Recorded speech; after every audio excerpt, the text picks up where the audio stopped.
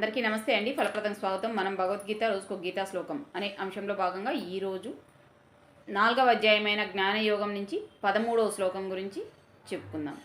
ఇక్కడ మనకు వర్ణాలు 4 వర్ణాల గురించి ఈరోజు శ్లోకంలో వివరణ ఇస్తున్నారు. ఏం చెబుతున్నారో తెలుసుకునే ప్రయత్నం చేస్తాం. చాతుర్వర్ణం మయా సృష్టం గుణకర్మ విభాగశః తస్య కర్తారమపి మాం విద్యకర్తారం అవ్యయం. శ్లోకం మళ్ళీ ఒకసారి చెప్పుకుందాం. చాతుర్వర్ణం మయా సృష్టం గుణ కర్మ విభాగశః తస్య కర్తారమపి మాం విద్యకర్తారం అవ్యయం. ఇది 13వ శ్లోకం. ఈ 13వ శ్లోకం యొక్క భావం, గుణము కర్మ అనే విభాగాలతో నాలుగు వర్ణాలని నేనే సృష్టించాను. ఆ కర్తృత్వం నాదే అయినా నిజానికి నన్ను అకర్తగాను అవ్యయునిగాను తెలుసుకో. ఈ శ్లోకం గురించి మనం మాట్లాడుకుంటే చాలా లోతుకు వెళ్ళాల్సి వస్తుంది. ఏంటి అంటే 4 వర్ణాలు ఉన్నాయి. ఏంటి? బ్రాహ్మణ, క్షత్రియ, వైశ్య, శూద్ర. ఈ 4 వర్ణాలను మనకు సహజంగానే ఇప్పుడు ఈ కుల వివక్ష కావచ్చు, కులాల గురించి చర్చ కావచ్చు, కాస్త సహజంగా అయితే జరగట్లేదు. అంటే వాస్తవ చర్చ అయితే జరగకుండా ఎవరికి వాళ్ళు వారి యొక్క అభిప్రాయాలను చెబుతూ వాళ్ళు మాత్రమే సరిగ్గా ఉన్నారు అని చెప్పే ప్రయత్నము, లేదా ఇతరులు తమని తక్కువగా చూస్తున్నారనో ఎక్కువగా చూస్తున్నారనో చులకన చేస్తున్నారని చెప్పుకునే ప్రయత్నం చేస్తున్నారు. ఇక్కడ భగవద్గీతలో శ్రీకృష్ణ పరమాత్మ ఏం చెబుతున్నారంటే గుణము కర్మ, గుణాన్ని బట్టి కర్మను బట్టి, అంటే వాళ్ళ యొక్క వ్యక్తిత్వం, మనస్థితి, లక్షణం, పని చేసే లక్షణం, పని చెయ్యవలసిన లక్షణం, దీన్ని అనుసరించి 4 వర్ణాలుగా నేనే విభజించాను, నేనే సృష్టించాను. ఆ కర్తృత్వం నాదే అయినా కానీ, అంటే ఇలా చేసింది నేనే అయినా కానీ, ఇలా చెయ్యవలసి వచ్చింది చేసింది, ఆ బాధ్యత, ఏదైనా ఒక పని చేయడానికి ఒకరిని బాధ్యులుగా తీసుకోవాల్సి ఉంటుంది. ఆ పని చేసింది నేనే, ఆ బాధ్యత తీసుకున్నది నేనే అయినా కానీ నిజానికి నన్ను అకర్తగాను అవ్యయునిగాను తెలుసుకో. అకర్త అంటే చేసింది నేనే కానీ రెస్పాన్సిబిలిటీ నాది కాదు. అవ్యయునిగాను తెలుసుకో అంటే నేను అక్కడ కావాలని వాళ్ళను అలా సృష్టించలేదు, కావాలని వాళ్ళని ఆ కులాలలో కానీ ఆ వర్ణాలలో కానీ నేను సృష్టించలేదు. అంటే దీని యొక్క అర్థం ఏంటి? వాళ్ళ యొక్క పాప పుణ్యాలను అనుసరించి మాత్రమే వాళ్ళు ఆయా కులాలలో జన్మిస్తున్నారు, ఆయా వర్ణాలలో జన్మిస్తున్నారు.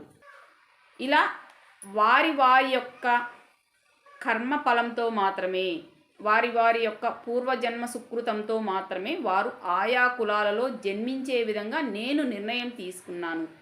ఇక్కడ మళ్ళీ మనకు ఒక కులంలో మనం జన్మించడానికే లేదా ఒక వర్ణంలో మనం జన్మించడానికో మనకు సహకరిస్తున్నది ఏంటి అంటే మళ్ళీ మన పాప పుణ్య ఫలం మాత్రమే.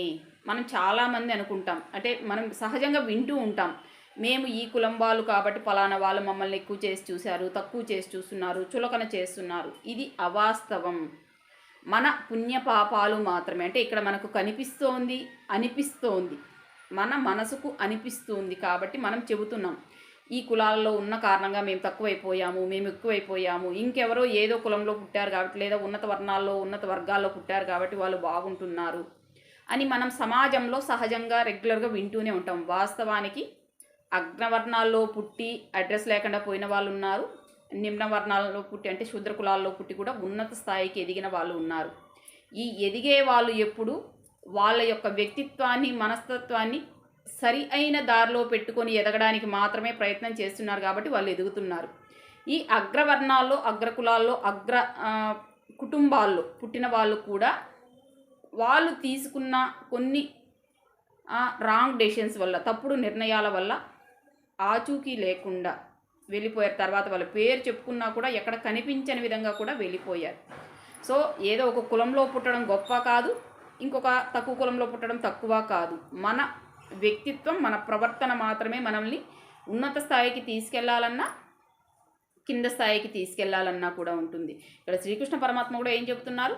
నేనే సృష్టించాను కానీ దానికి నన్ను అకర్తగాను అవ్యయునిగాను తెలుసుకో. అంటే నేనేదో కావాలని అలా చెయ్యలేదు, వారి పాపపుణ్యాలు మాత్రమే వారు అలా జన్మించే విధంగా చేశాయి.